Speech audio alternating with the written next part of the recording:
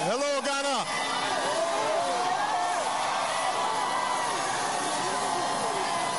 Thank you. Thank you. I want to thank the people of Ghana for this extraordinary visit. Michelle and I have been greatly honored to be joined by President Mills and his lovely wife. They have been gracious hosts. You know, your president and I have a lot in common. We're both lawyers. We're both former law professors. We're both new presidents.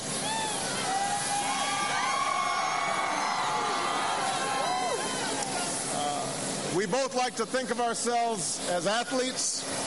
The difference is President Mills played hockey on the national team of Ghana, and I played basketball mostly in my backyard. But we both love sports.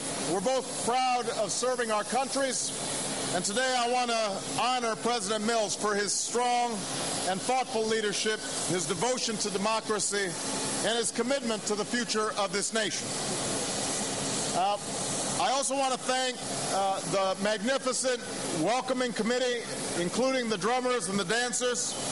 Michelle and I and our daughters enjoyed it very much. I want to recognize our Peace Corps volunteers who are here.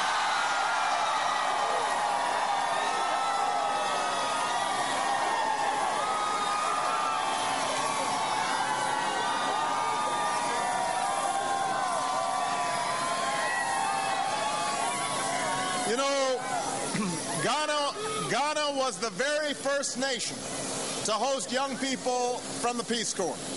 And for decades, our two nations have formed vital partnerships and lasting friendships because of this program. So all of you in the Peace Corps, you are doing an outstanding job, and we're proud of you.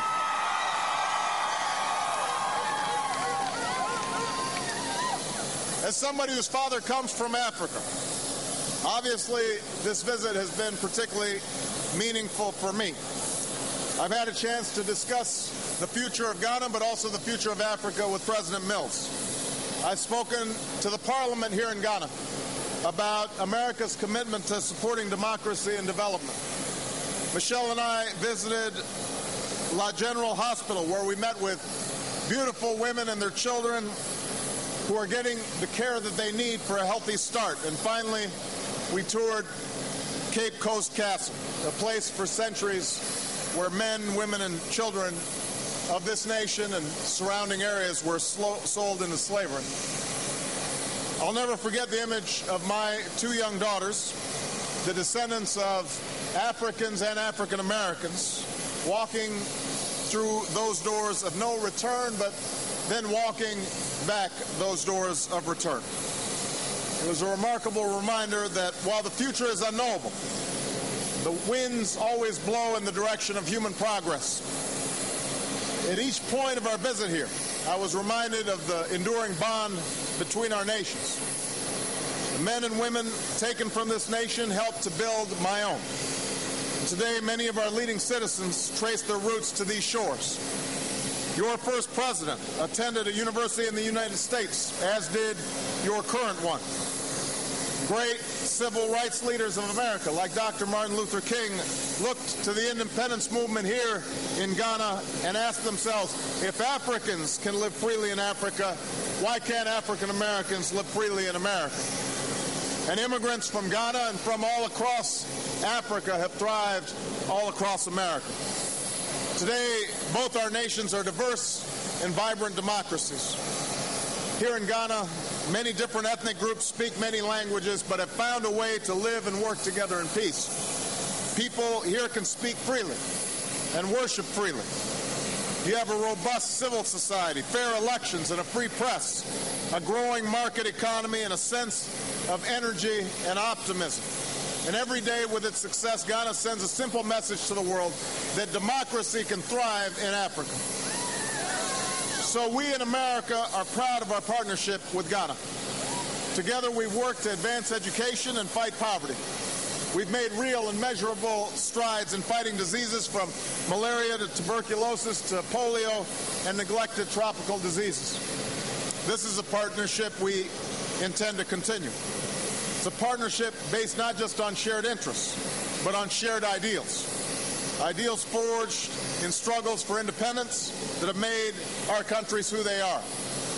We believe that democracy is not simply a gift from previous generations, but a responsibility for each generation to preserve and to pass on.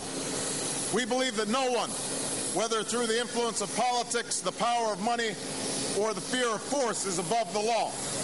And we believe that we're all equal, all endowed with basic human dignity, all entitled to basic human rights. It is up to each of us, every one of us, to uphold those ideals.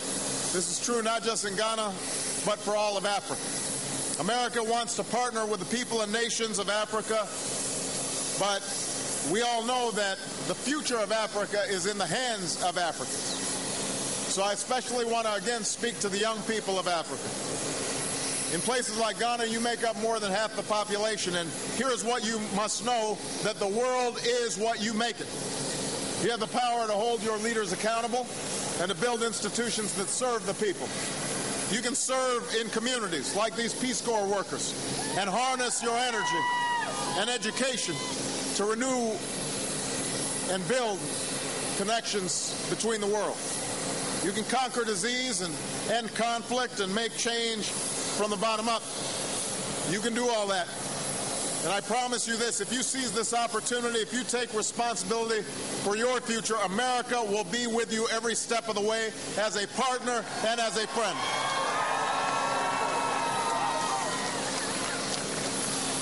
You know, freedom is your inheritance, hard-won 52 years ago by men and women determined to cast off the title of subject for the title of citizen and claim for themselves and their children the liberties that are all of our birthrights. Dr. King came here to Ghana to witness the culmination of that struggle.